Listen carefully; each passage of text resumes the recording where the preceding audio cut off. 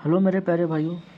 तो भैया हमारा सेट चल रहा था 5 2025 का, और भैया क्वेश्चन हमारा था का नंबर तक कंप्लीट कर लिया था 6 का, और खा नंबर आज सॉल्व करना।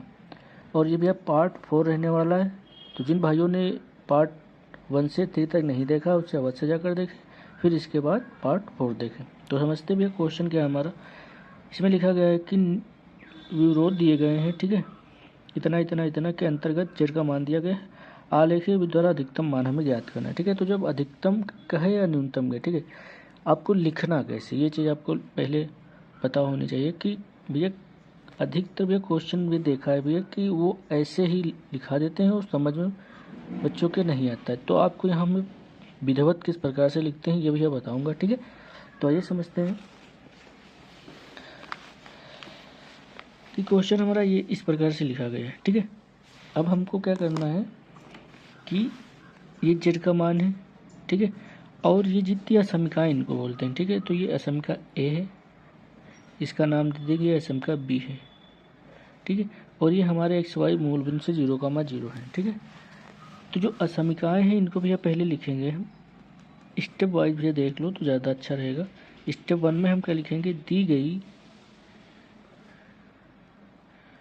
असमिका, ठीक है, या असमिकाओं को संगत समीकरण के रूप में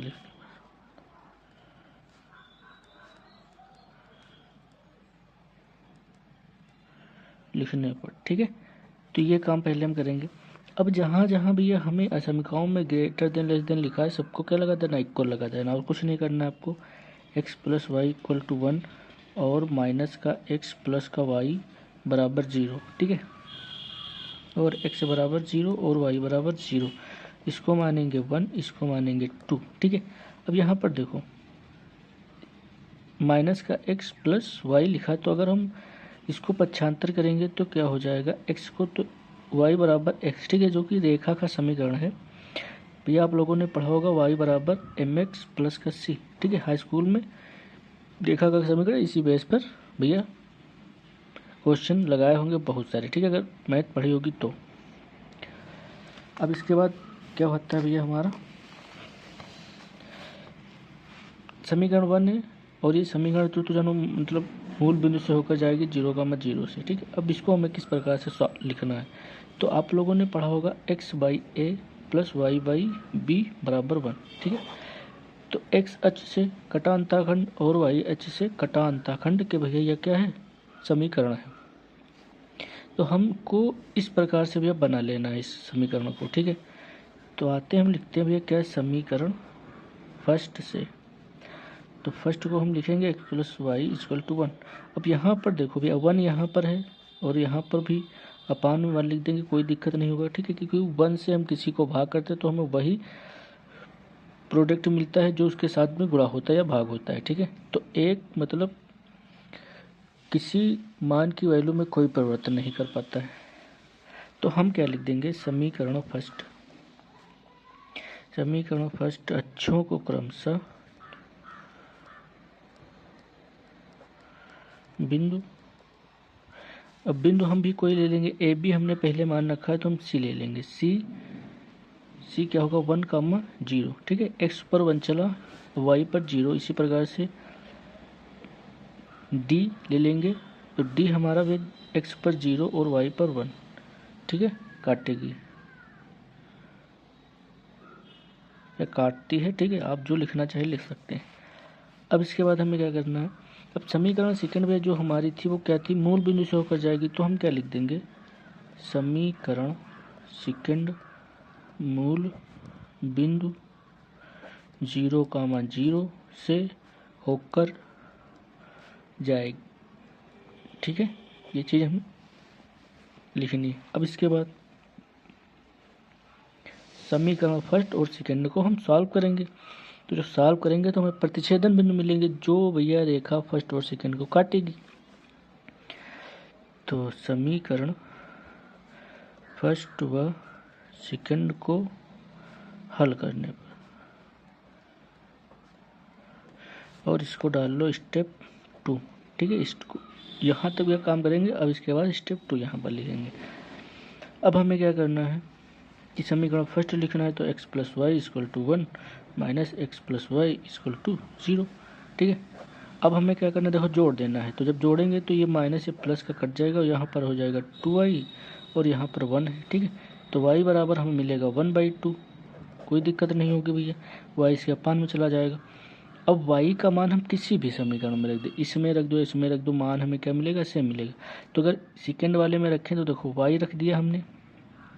ठीक है, तो 1/2, तो x उधर पक्षांतर कर दें तो क्या हमारा आ जाएगा भैया, x बराबर 1/2।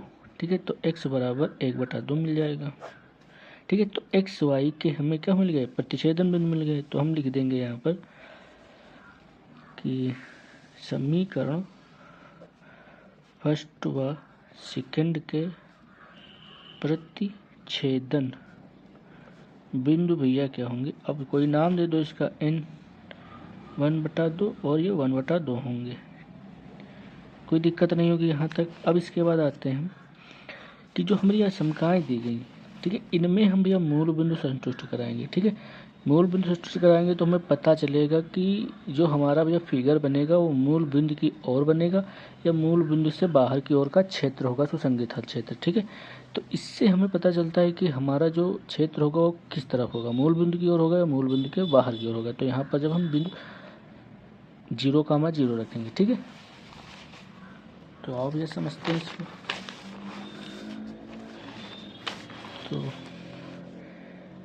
तो हम लिख देंगे स्टेप 3, असमिका ए में मूल बिंदु 0,0 रखने पर, तो 0,0 जब रखेंगे तो ये 0 हो जाएगा भैया, x और y के स्थान पर 0 रखेंगे तो 0 + 0, और ये लेस देन इक्वल टू 1 है, तो 0 is less than equal to 1 है। तो भाई क्या ये सही तो है, मतलब x बड़ा है 0 से और बराबर है। ठीक है, तो हम क्या लिख देंगे, सत्य है, सत्य है। ठीक है, तो इसका हल क्षेत्र किधर होगा भैया, मूल बिंदु की ओर। जब सत्य होगा तो मूल बिंदु की ओर होगा, जब असत्य होगा तो मूल बिंदु से बाहर की ओर होगा। तो हल क्षेत्र मूल बिंदु की ओर होगा। ठीक है, और भैया असमिका हमारी जो बी है वो क्या होगी, तो हम लिख देंगे असमिका बी, क्योंकि मूल बिंदु से होकर जाएगी तो हम उसको इसी प्रकार से लिख दें, असमिका बी का बी मूल बिंदु से होकर जाएगी। ठीक है, अब आ जाते हैं हम ग्राफ खींचेंगे। तो यहाँ पर स्टेप 4 पे लिख लेंगे ग्राफ खींचने पर। ठीक है, तो थ्योरी में कुछ नहीं आपको, ठीक है, क्या करना है, पहले समीकरण बनाना है, अंतःखंड निकालना है और फिर समीकरण फर्स्ट और सेकंड को हल करना है। ग्राफ खींचते हैं तो देखते हैं हम भैया लेंगे एक्स अक्ष और वाई अक्ष। ठीक है, तो यहाँ पर ये वाई अक्ष होगा और ये हमारा भैया होगा एक्स अक्ष। ठीक है, यहाँ से कर लो। ठीक है, अब हमें क्या करना है, देखो यहाँ पर अब आपको ध्यान का देना है कि हमें कहाँ कहाँ पर बिंदु लेने। तो अगर देखो किसी भी भैया जो असमिका है उसमें कहीं पर बड़ी गिनती आ जाती है, जैसे 10, 15, 50, ठीक है, इस प्रकार से आती। लेकिन यहाँ पर भी सबसे कम यहाँ पर देखना हमें, जो अंतःखंड कटेंगे एक और एक। ठीक है, तो हम 1-1 सेंटीमीटर के ले लेंगे, कोई दिक्कत नहीं रहेगी। तो यहाँ पर हम ले लेंगे भैया 1-1 सेंटीमीटर के। ठीक है, तो एक हमारा ये हो जाएगा पॉइंट, एक ये पॉइंट और एक ये पॉइंट। ठीक है, इसी प्रकार से यहाँ पर भी करेक्ट भैया आपका फिगर बनेगा अगर नाप कर आप बनाएंगे। ठीक है, एक ये मिलेगा पॉइंट और एक ये मिलेगा, एक इसको मान लो। ठीक है, अब देखो तो हमारा 1, 2 और ये 3। ठीक है, ये x है और ये y है,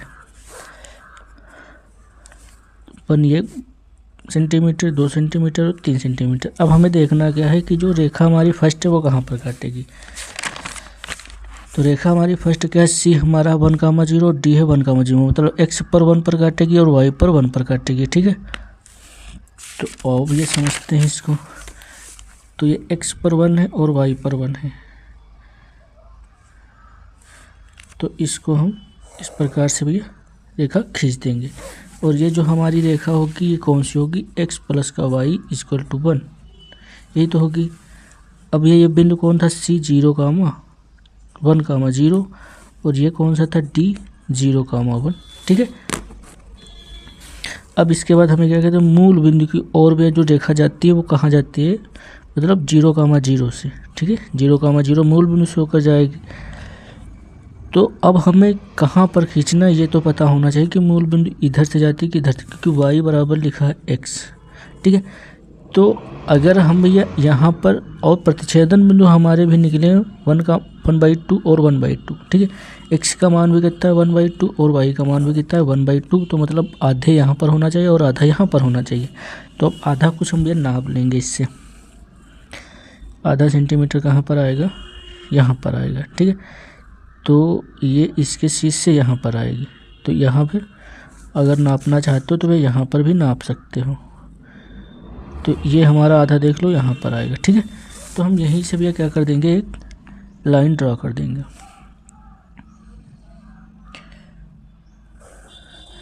ठीक है, जो कहाँ से जा रही है, मूल बिंदु 0,0 से होकर जा रही है। और ये भैया कौन सी रेखा है, y बराबर x। अब इसके बाद देखो,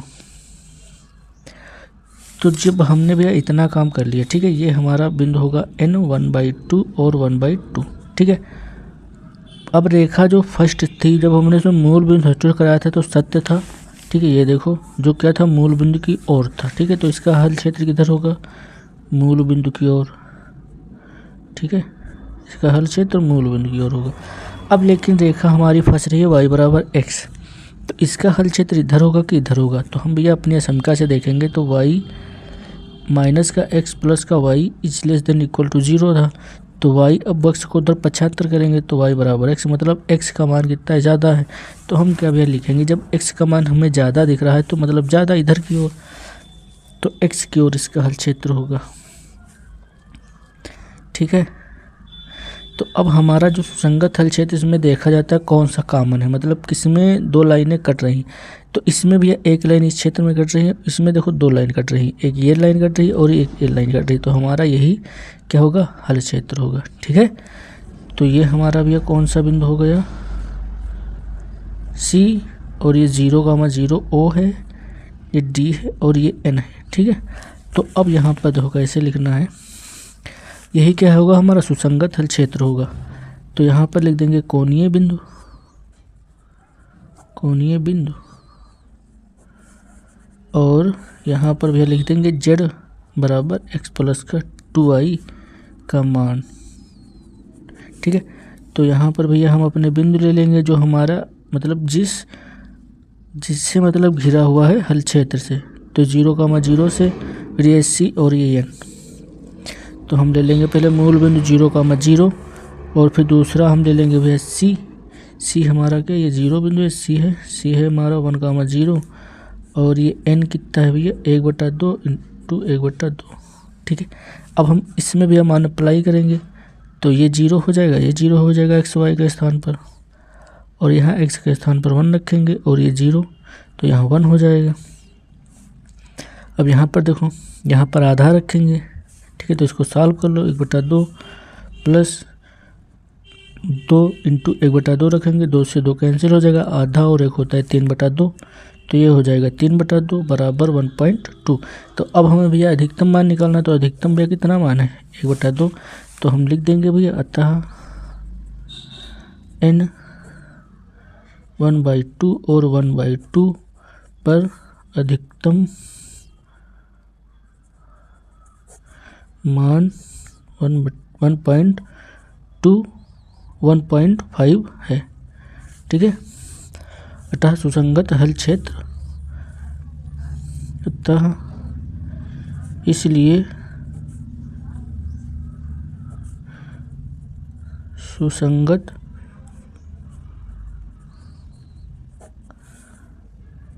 हल क्षेत्र रेखांकित भाग है,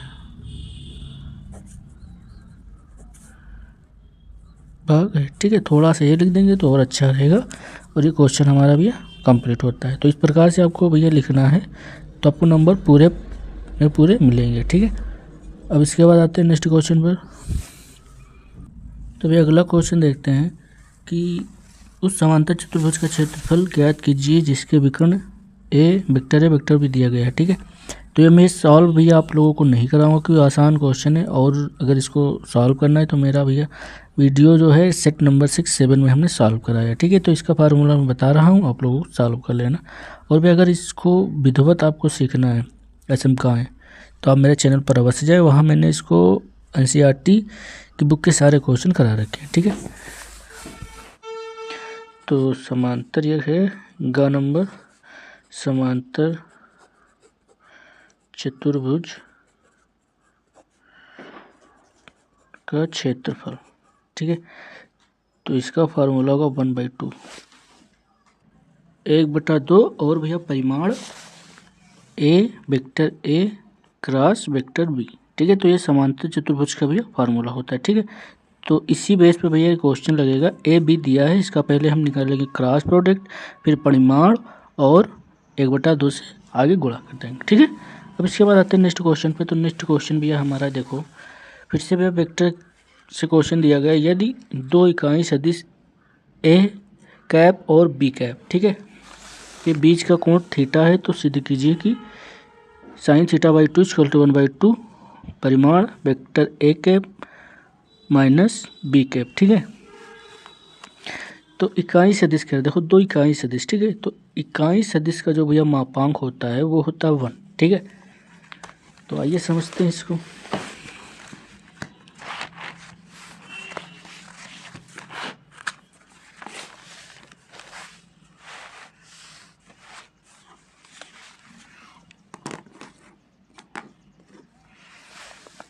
तो क्वेश्चन है हमारा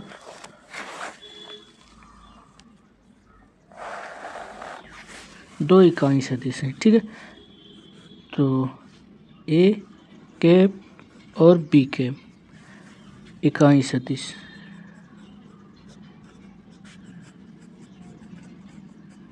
ठीक है, तो भैया इसका परिमाण क्या होता है, 1 होता है। ठीक है, ये चीज़ आप लोग ध्यान रखना। तो इकाई सदिश का भैया इसलिए इसका भैया मापांक वेक्टर बी का मापांक बी कैप का मापांक बराबर 1 के बराबर, क्योंकि इकाई सदिश कभी भी कहे तो भैया उसका परिमाण क्या होता है, 1 होता है। अब हम जैसे भैया इसको सॉल्व करना है तो हमें सबसे पहले क्या करना पड़ेगा कि ए कैप माइनस पी कैप, ठीक है, इसका होल स्क्वायर हमें करना पड़ेगा। ठीक है, तो इसका होल स्क्वायर किसके बराबर हो सकता है, और इसको भी इस प्रकार से भी लिख सकते हैं कि ए कैप माइनस पी कैप परिमाण। ठीक है, इसको इस प्रकार से भी हम लिख सकते हैं। ठीक है, इसको ये लिखो या ये लिखो। अब इसके बाद आओ, तो इसको हम लिख सकते हैं ए कैप, ठीक है, माइनस पी कैप इंटू, ठीक है, डॉट प्रोडक्ट ए कैप माइनस पी कैप। यहाँ तक कोई दिक्कत नहीं होगी भैया। अब इसके बाद ठीक है, तो हमको देखो सिद्ध क्या करना है, जो हमें सिद्ध करना है उसी प्रकार से हम लेकर चलेंगे। देखो परिमाण दिया है ए कैप माइनस पी कैप का। ठीक है, तो इसको हम लेकर चलेंगे, इस वाले को लेकर। तो ए कैप माइनस पी कैप का परिमाण का होल स्क्वायर। अब इसका डॉट प्रोडक्ट करेंगे तो ए से ए कैप का कराएंगे, तो ए इंटू ए कैप, फिर ए से डॉट प्रोडक्ट इसका होगा तो माइनस लगा है तो minus A cap dot b cap, फिर इसका इससे कराएंगे तो minus b cap into A cap, फिर डॉट ये माइनस का है तो हो जाएगा plus b cap into A cap या डॉट। ठीक है, अब आप लोगों को भी सदिश में पता होगा कि vector a into vector b को हम लिख सकते हैं vector b into vector a. ठीक है, तो इसी प्रकार से इसको जब हम लिखेंगे तो ये क्या भैया हो जाएगा ए कैप। अब ए कैप देखो यहाँ पर ए वेक्टर ए को हम लिख सकते हैं भैया वेक्टर ए स्क्वायर।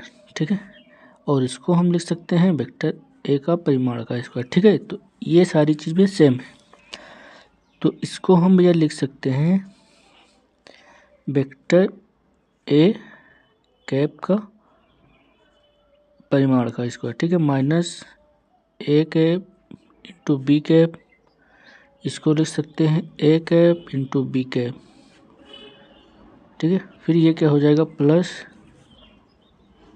परिमाण बी कैप का स्क्वायर। अब आ जाओ, ए कैप माइनस ये देखो 2a कैप और dot b cap, a cap 2 और ये b cap plus b cap का स्क्वायर। अब यहाँ पर भी आप लोगों को पता होगा, जब ए डॉट बी का हमें फार्मूला लिखना होता है तो हम क्या लिखते हैं, थीटा में परिमाण ए वेक्टर, परिमाण बी वेक्टर और ये cos थीटा, ठीक है। तो इसको हम भी इसी फॉर्मेट में लिखेंगे। तो वेक्टर ए कैप, फिर इसको पहले लिख लो वेक्टर बी कैप का स्क्वायर, फिर -2 और इसको लिखेंगे वेक्टर ए का परिमाण और वेक्टर बी का परिमाण और ये cos थीटा। कोई दिक्कत नहीं होगी भैया यहाँ पर। अब हमें क्या करना है, देखो इकाई सदिश का हमने मान लिखा था 1, बी भी 1 होगा, ए भी 1 होगा, ठीक है। तो यहाँ पर 1 लिख देंगे और यहाँ पर 1 लिख देंगे, फिर -2 यहाँ पर 1 लिख देंगे और यहाँ पर 1 लिख देंगे और ये cos थीटा। अब देखो यहाँ पर ये 2 हो जाएगा, ये माइनस इससे 2 का 1 से गुणा होगा 2, 2 का 1 से गुणा होगा 2, ठीक है, 2 cos थीटा। अब इसके बाद हमें क्या करना है, 2 कॉमन ले लेना है, तो 2 कॉमन लेंगे 1 माइनस cos थीटा, ठीक है। अब यहाँ पर देखो, यहाँ पर भी ये चल रहा है, ठीक है इधर, तो इसको लिखा रहने देते हैं। तो ये हमारा हो जाएगा ए कैप माइनस पी कैप माठ का वर्ग। अब देखो, अब आप लोगों को फार्मूला यहाँ पर लगाना है, बस 1 माइनस कॉस 2 थीटा होता है 2 साइन स्क्वायर थीटा। अब यहाँ 2 था तो यहाँ सिर्फ थीटा था और यहाँ पर माइनस कॉस थीटा लिखेंगे तो 2 साइन स्क्वायर थीटा बाई 2 हो जाएगा, ठीक है, क्योंकि कोण आधा हो गया है। तो 2 और यहाँ पर 2 साइन स्क्वायर थीटा बाई 2 हो जाएगा, ठीक है। ये 2 और ये 2 4 हो जाएगा, तो इसको 4 लिख लो।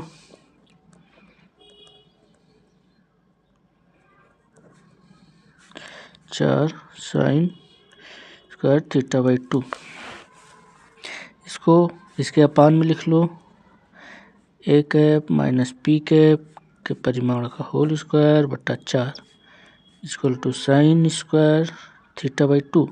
ये स्क्वायर में इधर लगा दोगे तो क्या हो जाएगा, कुछ इस प्रकार से भैया बनेगा, ठीक है। यहाँ पर क्या मिलेगा, साइन थीटा बाई 2।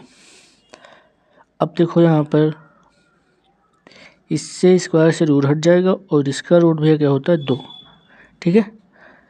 तो यहाँ पर हमें क्या मिलेगा, A cap minus P cap 2 by equal to sine theta by 2, ठीक है। तो यही हमें क्या करना था भैया, सिद्ध करना था। ये क्या हो गया हमारा आंसर। अब इसके बाद आते हैं हम नेक्स्ट क्वेश्चन पर। तो नेक्स्ट क्वेश्चन देखो हमारा क्या है, ठीक है। एक पाइप से रेत 12 सेंटीमीटर क्यूब प्रति सेकंड की दर से गिर रही है। तो गिरती रेत जमीन पर एक शंकु बनाती है, ठीक है।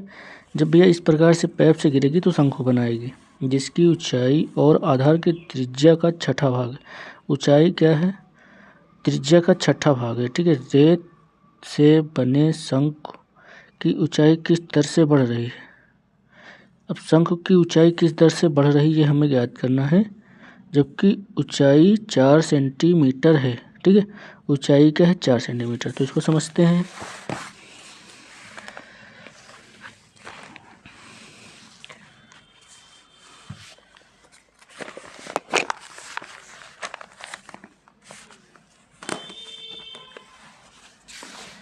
तो हमारा क्वेश्चन है भैया अंगा नंबर, ठीक है। एक जैसे कोई पैप दिया, इसमें से हम रेत गिरा रहे हैं, समझना भैया क्वेश्चन बढ़िया है। तो जब रेत गिर रही है तो कुछ इस प्रकार से भी शंकु का निर्माण करेगी। ठीक है, इस प्रकार से ज़्यादा रेत हो जाएगी तो इस प्रकार से भी एक टीला बन जाएगा रेत का। ठीक है,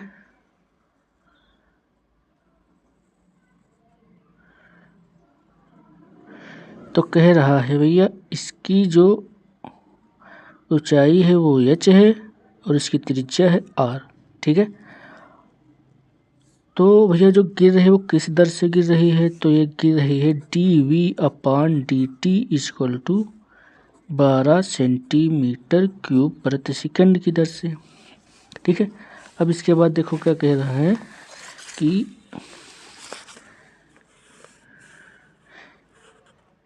जिसकी ऊंचाई सदैव आधार की त्रिज्या के छठा भाग है। ठीक है, ऊंचाई क्या है, ऊंचाई जो है त्रिज्या का छठा भाग है। ठीक है, ये हो गया।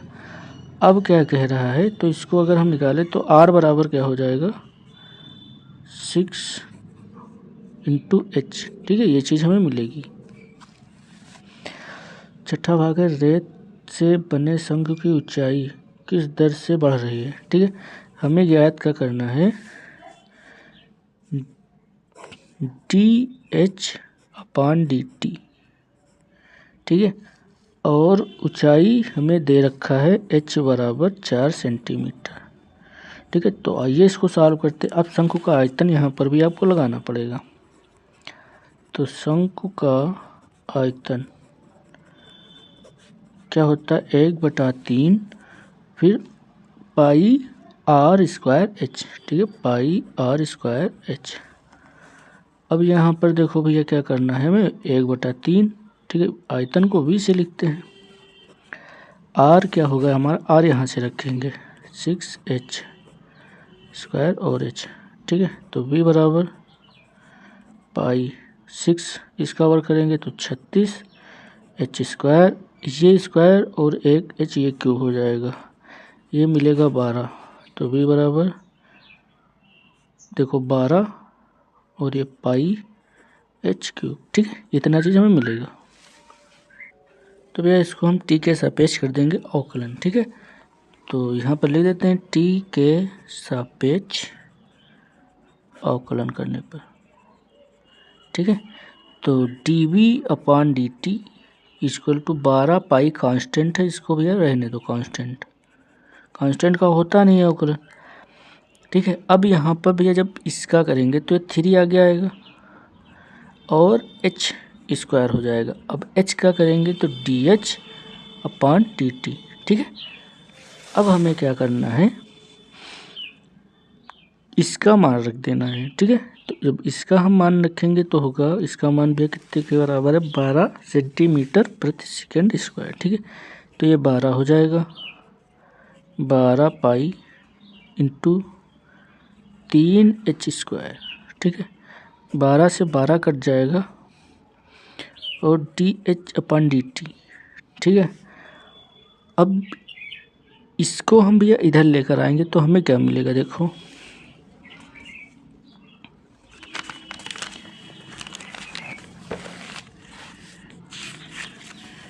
आप यहाँ पर सॉल्व कर सकते हैं। देखो यहाँ पर तो dh/dt का हमें निकालना है मान। ठीक है, तो इसको हम इधर पक्षांतर कर देंगे तो ये हमारा हो जाएगा 1 और ये अपान में आएगा 3 पाई। ठीक है, और ये h square equal to dh/dt, यही तो मिलेगा। अब हमें ऊंचाई दी है h बराबर 4 सेंटीमीटर, देखो यहाँ पर। ठीक है, तो dh/dt। ठीक है, इसको निकालना है h बराबर 4 पर, तो 3 पाई, अब यहाँ पर रख देंगे 4, तो 4 का वर्ग, तो ये हो जाएगा 4 चौक 16, 16 दूना 32, 16 3 48, तो ये 48 पाई। ठीक है, यही तो मिलेगा। तो dh/dt और h बराबर 4 पर। ठीक है, तो ये हमारा भैया क्या हो जाता है, आंसर हो जाता है। तो यहाँ पर लिख देंगे सेंटीमीटर प्रति सेकंड। ठीक है, कोई दिक्कत नहीं होगी, क्योंकि DH/dt तो सेंटीमीटर प्रति सेकंड हमें लगाना पड़ेगा। H क्या था हमारा सेंटीमीटर और T क्या है सेकंड, ठीक है। तो ये हमारा भैया फाइनल आंसर हो जाता है। तो क्वेश्चन ज़्यादा कठिन नहीं था, फार्मूला बेस क्वेश्चन था। अब इसके बाद आते हैं नेक्स्ट क्वेश्चन पर। तो भैया अगला क्वेश्चन है हमारा कि निकाय अवयव से हल कीजिए, ठीक है। ये भैया देखो सॉल्व करना, देखो इसमें मैं इसलिए बता रहा हूँ क्योंकि यहाँ पर 3/2 है और x नहीं है, ठीक है। तो इसको हमें कैसे सॉल्व करना है, सेम प्रोसेस वही रहेगा। तो देखो भैया समझो, बहुत ही बढ़िया क्वेश्चन है, वार्ड नंबर में आता है। तो क्वेश्चन को हमने भी नोट किया है। अब देखो यहाँ पर x नहीं, ठीक है, तो हम क्या कर देंगे 0x लिख देंगे प्लस, ठीक है, कोई फर्क नहीं पड़ेगा क्वेश्चन में। अब हमें क्या करना है, इसको सबसे पहले हमें लिखना है अवयव समीकरण के रूप में, ठीक है। अवयव समीकरण के रूप में हम लिख लेंगे, तो में लिखने पर, ठीक है। तो इसको लिखा जाता है ax = b के रूप में। तो यहाँ पर समझना भैया x क्या है और b क्या है। तो a हमारा समझो पहले क्या है, तो जो x, y और z के गुणांक है ये हमारे a होंगे, ठीक है। तो a को हम लिखेंगे अवयव, इसका भी 2 है, 1 है और 1 गुणांक है। इसका गुणांक है 1 और इसका -2 है, इसका -1 है, इसका है 0, इसका है 3 और इसका है -5। x क्या है यहाँ पर, तो x वो होता है जो भैया चर जिसके साथ में, देखो x y z 3 चर हैं इसमें, ठीक है। तो 3 चर होंगे x y और ये z लिखे जाएंगे। फिर b क्या होता है, जो भैया इक्वल के इधर लिखा होता है, तो 1 3/2 और ये 9, ठीक है। ये इक्वल के इधर है तो हमने b लिख लिया। अब क्या करना है हमें, ठीक है, समझो भैया। तो सबसे पहले हमें इसको सारणिक का मान निकालना होता है अवयव में। तो इसको हम ये लिख लेते हैं सारणिक के रूप में 2 1 1 1 -2 -1 0 3 -5। इसका हमें मान निकाल लो सारणिक विधि। तो ये छूटा 5 दूनी 10, ठीक है, प्लस का 10 और ये प्लस का 3 हो जाएगा। फिर -1 ये छूटेगा, ये छूटेगा, ये हो जाएगा -5 और ये हो जाएगा 0, ठीक है, माइनस का। फिर प्लस का 1 ये छूटा और ये छूटा, 3 एकम 3 और ये 0, ठीक है। तो इसको सॉल्व करेंगे तो 2 10 3 13, फिर ये -5 -1 तो हो जाएगा प्लस का 5 और ये प्लस का 3। तो यहाँ से हमें मिलेगा भैया 13 दूना 26 प्लस का 5 और प्लस का 3। तो 26 5 31 31 और 3 34। तो 34 जो कि = 0। अगर 0 आ जाता तो हमारा एडजॉइंट नहीं निकलता, 34 आया तो भैया हमारा मान निकलेगा, ठीक है। तो हम लिख सकते हैं अतः A इन्वर्स का अस्तित्व है। अब अवयव A के सहगुणनखंड करेंगे, अवयव A के सहगुणनखंड, ठीक है। तो लिख लो भैया A11 A12 और A13, A21 A22 A23, फिर A31 A32 और A33, ठीक है। तो यहाँ पर समझो, जो देखो जोड़ने पर विषम है, 1 और 1 सम है, ये विषम है 1 और 2, ठीक है। यहाँ माइनस लगा दो या इस प्रकार से लिखो plus minus plus minus plus minus फिर प्लस माइनस प्लस, ठीक है। तो ये माइनस ये माइनस ये माइनस बराबर के बाद, ठीक है, और ये माइनस, ठीक है। तो सारा हमने भी कर लिया। अब इसको हमें सॉल्व करना है। तो पहली तो भैया रो हमें सॉल्व नहीं करना, क्योंकि इसके मान हम लिखेंगे 10 3 13 माइनस का 5, तो ये प्लस का 5 हो जाएगा 3। ठीक है, हमें दूसरे से सॉल्व करना है, तो ये छोड़ेंगे तो माइनस का 5 और माइनस का 3। ठीक है, तो माइनस का 8 हो जाएगा, तो ये प्लस का 8 हो जाएगा। इसी प्रकार से ये छूटेगा, तो माइनस का 10 और ये 0। ठीक है, तो माइनस का 10, फिर ये छूटेगा 3 दूनी 6 और ये 0। इसी प्रकार से इसके होंगे, तो ये छूटेगा तो माइनस का 1 और प्लस का 2। ठीक है, तो बचेगा यहाँ पर 1। इसी प्रकार से ये छूटेगा और ये छूटेगा, माइनस का 2 और माइनस का 1, तो माइनस का 3 और ये प्लस का 3। इसी प्रकार से ये छूटेगा, तो 2 दूना 4 माइनस का और माइनस का 1, तो माइनस का 5। ठीक है, तो ये हमारा क्या हो गया भैया, सहगुणनखंड हो गया। अब हमें क्या करना है, एडजॉइंट ए। ठीक है, या तो आप इसको लिख सकते हैं कि अवयव ए के सहगुणनखंड द्वारा निर्मित अवयव बी। ठीक है, इसको भी बढ़िया तरीके से समझो, 8 नंबर में लिखना है, तो अवयव लिख लो, अवयव ए द्वारा निर्मित अवयव ए के सहखंड द्वारा। ठीक है, अवयव ए के सहगुणन खंडों द्वारा। ठीक है, खंडों द्वारा निर्मित अवयव b equal to 13 5 3 8 minus 10 minus 6 1 3 minus का 5। ठीक है, अब इसके बाद देखो, तो एडजॉइंट हमें ए निकालना है, तो हम लिखेंगे एडजॉइंट ए इक्वल टू अवयव बी का परिवर्त। ठीक है,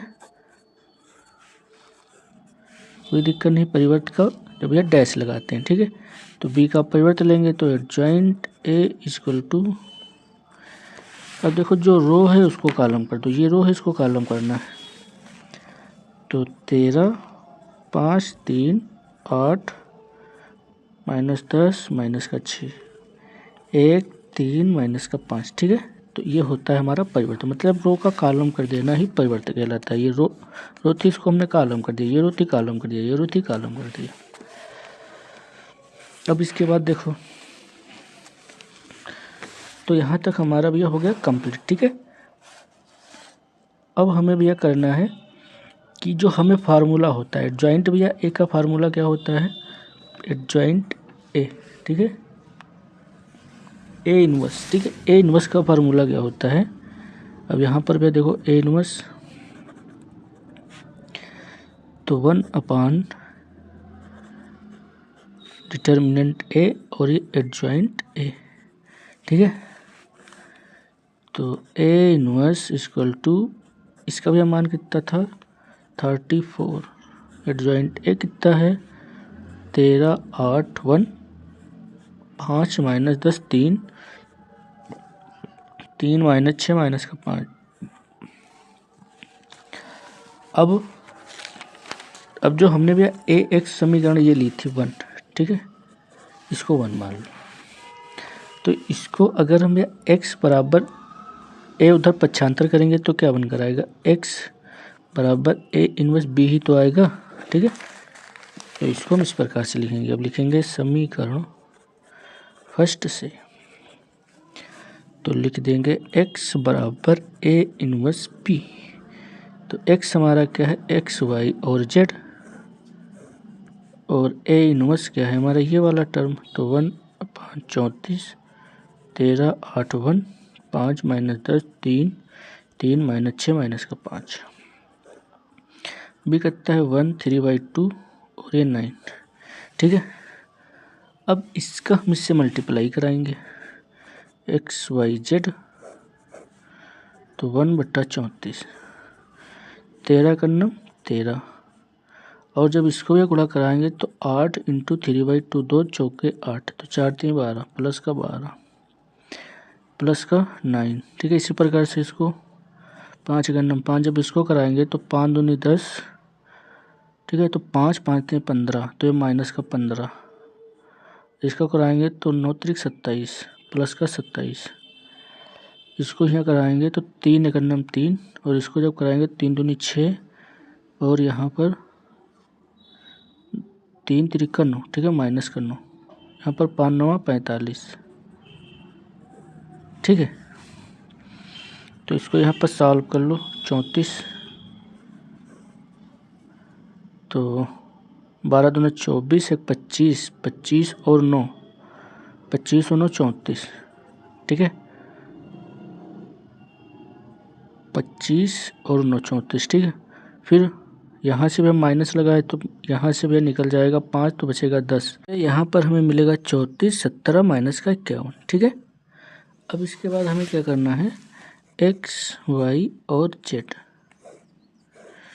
इसको इसके नीचे भाग करेंगे तो हमें मिलेगा भैया कितना, 1, और ये 17 दूना 34, तो 1/2, और यहाँ पर करेंगे तो 17 दूना 34, 17 3 51, ठीक है।